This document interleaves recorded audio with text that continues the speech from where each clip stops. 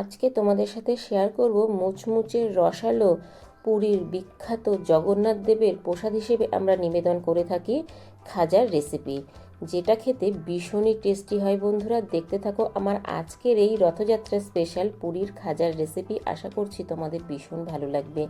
By the way, আমি শম্পার YouTube চ্যানেলে তোমাদের সবাইকে ওয়েলকাম। দেখো বন্ধুরা, খাজাটা কতটা নরম হয়েছে, একদম মুচমুচে রসালো। তোমাদেরকে একটা দেখিয়ে দিলাম। এবার রেসিপিটা শুরু করা যাক। এই খাজার রেসিপিটা করার জন্যে আমি এখানে নিয়েছি 1 বাটি ময়দা। তোমরা চাইলে কম বেশি করে নিতে পারো।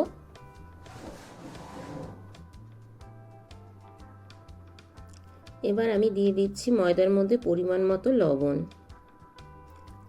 আর দিয়ে দিচ্ছি আমি 2 চামচ ঘি। আমি এখানে 2 টেবিল চামচ ভর্তি করে ঘি দিলাম। তোমরা যদি সাদা তেলে করতে চাও তাহলে পরে 4 টেবিল চামচ সাদা তেল দেবে। এবার ভালো করে আমি মিশিয়ে নিচ্ছি। তবে ঘি দিলে কিন্তু এটা খেতে ভীষণই টেস্টি হয়। চামচের সাহায্যে একটু মাখিয়ে নেওয়ার পরে এবার হাত দিয়ে ডলে ডলে খুব ভালো করে আমি ময়দার সাথে ঘিটা মাখিয়ে নেব। মাখিয়ে ভালো করে ময়ম দিয়ে নেব। এই দেখো বন্ধুরা, এবার হাতের মধ্যে মুঠো হয়ে যাচ্ছে। খুব ভালোভাবে কিন্তু ময়মটা দেওয়া হয়ে গেছে। যেহেতু আমি এখানে ঘিয়ের পরিমাণটা বেশি দিয়েছি, জল বেশি লাগবে না, একদম অল্প জল দিয়ে আমি এটাকে একটা ডো করে নেব।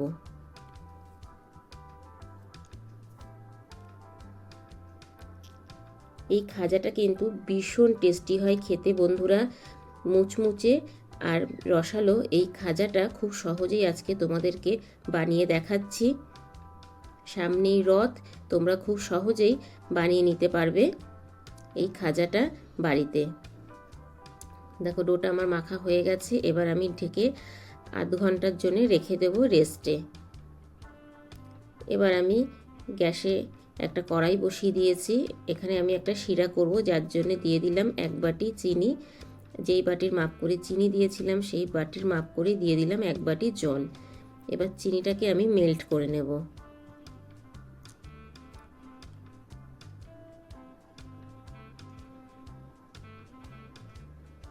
এবার দিয়ে দিলাম আমি 2টো এলাচ। এলাচটা দিলে পরে খুব সুন্দর একটা স্মেল আসে বন্ধুরা।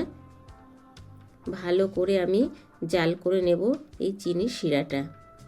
তো দেখো বন্ধুরা, চিনির শিরাটা কিন্তু ফুটে গেছে আর অনেকটা কমে গেছে। এবার আমি গ্যাসের ফ্লেমটা লো করে দিলাম। এবার দেখো চিনির শিরাটা কিন্তু ঠিক এই রকম হবে, হালকা একটা সুতোর মতো বেরোবে। তখন বুঝে নিতে হবে চিনি শিরাটা হয়ে গেছে। চিনি শিরাটা সাইড করে রেখে দিলাম। এবার আমি ফিরে আসলাম 30 মিনিট পরে।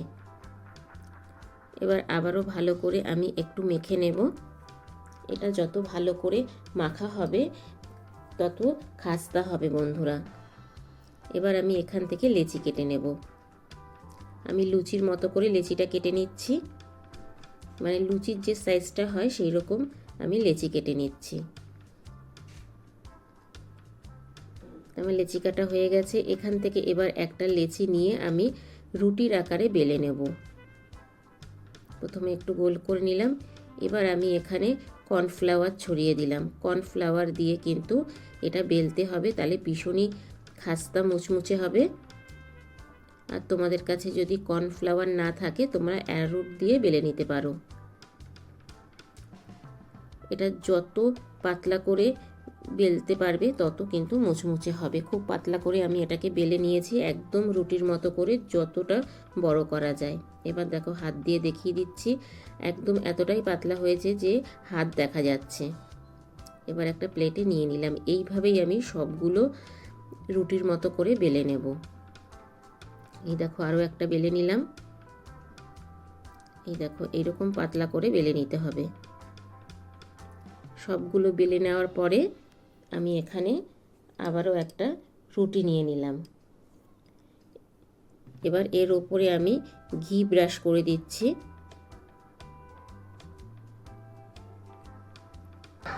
ভালো করে পুরো রুটিটার ওপরে ঘি ব্রাশ করে দিলাম। এবার ওপর থেকে একটু কর্নফ্লাওয়ার ছড়িয়ে দিলাম। কর্নফ্লাওয়ার ছড়িয়ে দিয়ে খুব ভালো করে আমি এটা মিশিয়ে নিচ্ছি। একইভাবে ওপরে আরও একটা রুটি দিয়ে দেবো।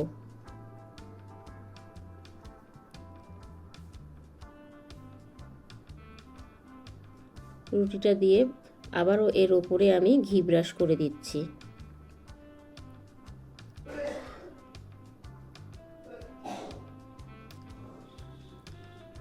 ঘি ব্রাশ করে দেওয়ার পরে আমি এর ওপরে আবারও কর্নফ্লাওয়ার ছড়িয়ে দেব। একটু হাত দিয়ে ঠিক করে নিলাম যেন রুটিগুলো একই মাপে সমান হয়। এই দেখো কর্নফ্লাওয়ার ছড়িয়ে দিয়ে ভালো করে আমি মাখিয়ে নিলাম। এইভাবেই একই প্রসেসে আমি পরপর 4টে রুটি দেব। এতে লেয়ারটা খুব ভালো আসবে বন্ধুরা। আমি আবারও দিয়ে দিলাম। এখানে পরপর 4টে রুটি আছে। একই প্রসেসে তোমরা করে নেবে। ঘি ব্রাশ করার পর উপরে কর্নফ্লাওয়ার ছড়িয়ে দেবে। ছড়িয়ে ভালো করে মাখিয়ে নিতে হবে।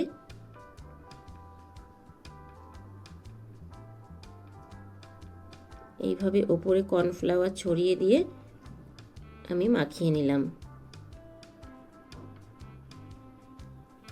তা পরপর 4টে রুটি দেওয়া হয়ে গেছে আমার। এবার এইভাবে আমি মুড়িয়ে নেব। এই দেখো এইভাবে আলতো হাতে মুড়িয়ে নিতে হবে।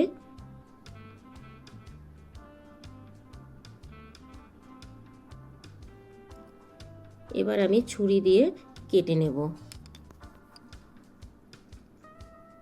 এইরকম ছোট ছোট পিস করে কেটে নেব।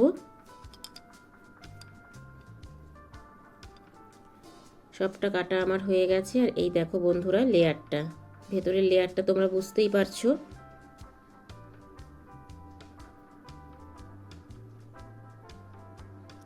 সবগুলো আমি সাইড করে রেখে দিলাম। এবার এখান থেকে একটা নিয়ে আলতো হাতে একটু আমি বেলে নেব।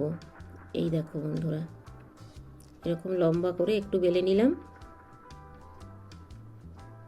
খুব আলতো হাতে এই কাজটা করতে হবে, তাহলে যখন ভাজবে লেয়ারটা কিন্তু খুব ভালোভাবে বোঝা যাবে।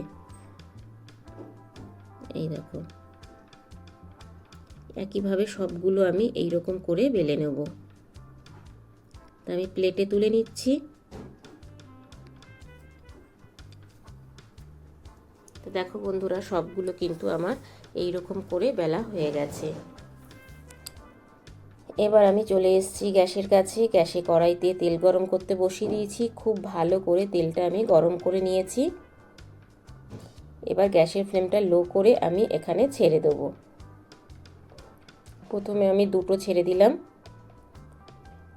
এবার একটু ওয়েট করব। ওয়েট করার পরে দেখো বন্ধুরা ওপর থেকে কিন্তু এগুলো ভেসে উঠবে। এবার এক দিকটা হয়ে গেলে আমি উল্টে দেব। এইভাবেই উল্টে পাল্টে লাল করে ভেজে নেব। তো দেখো বন্ধুরা লেয়ারটা কিন্তু তোমরা বুঝতেই পারছো কতটা সুন্দর হয়েছে।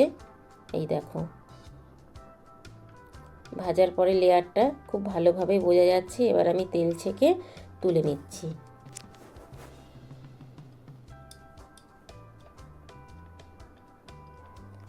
তেল ছেঁকে প্লেটের মধ্যে তুলে নিলাম।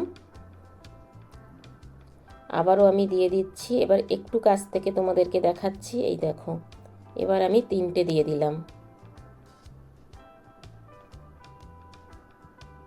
আবারও একটু ওয়েট করব। তারপর লাল হয়ে যাওয়ার পরে উল্টে দেব। দেখতেই পাচ্ছ উপরে কত সুন্দর ভেসে উঠেছে।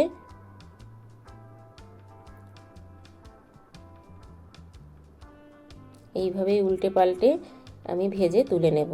তা বন্ধুরা দেখতেই পাচ্ছ লেয়ারটা কত সুন্দরভাবে দেখা যাচ্ছে। এটা কিন্তু ওপরটা খুব মুচমুচে হয়েছে। যখন রসে দেব ভেতরটা কিন্তু একদমই নরম হয়ে যাবে।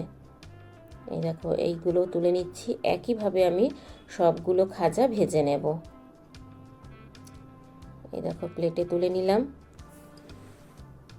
প্লেটে তুলে নেওয়ার পরে দেখো যে শিরাটা আমি করে রেখেছিলাম চিনির, তার মধ্যে দিয়ে দিচ্ছি। দিয়ে আমি 1 মিনিট একটু এপিট ওপিট করে নেব। বেশিক্ষণ রাখার দরকার নেই বন্ধুরা, 1 মিনিট মতো রাখলে পরেই কিন্তু খুব ভালোভাবে রসটা ভেতরে ঢুকে যাবে। এবার আমি রস থেকে তুলে প্লেটে নিয়ে নেব। এই দেখো বন্ধুরা, রসটা ছেঁকে তুলে নিলাম। একদম অল্প সময়ে তোমাদেরকে আজকে শেয়ার করলাম পুরীর জগন্নাথ দেবের প্রসাদ বিখ্যাত খাজার রেসিপি। আমাদের তো সব সময় পুরী যাওয়া সম্ভব হয় না, কিন্তু খাজা খেতে তো সবারই ইচ্ছা করে, তাই আজকে তোমাদেরকে খুব সহজ পদ্ধতিতে বাড়িতে বানিয়ে দেখালাম। এই দেখো সবগুলো খাজা কিন্তু আমি তুলে নিলাম। তা বন্ধুরা, কেমন লাগলো আমার আজকের এই জগন্নাথ দেবের স্পেশাল খাজার রেসিপি? ছোট্ট একটা মিষ্টি কমেন্ট করে জানিও, কারণ তোমাদের ছোট্ট ছোট্ট মিষ্টি কমেন্ট আমাকে ভিডিও করতে অনেক বেশি উৎসাহ দেয়। বাই দ্য ওয়ে, এতক্ষণ দেখছিলে শম্পার ইউটিউব চ্যানেল। আবার দেখা হচ্ছে তোমাদের সাথে নেক্সট কোনো নতুন রেসিপিতে। ততক্ষণের জন্য টাটা, বাই বাই। সবাই ভালো থেকো, সুস্থ থেকো। আর আমার চ্যানেলে কেউ যদি নতুন ভিজিট করে থাকো, আমার চ্যানেলটাকে সাবস্ক্রাইব করে পাশে থাকার বেল আইকনটা অল করে দিও।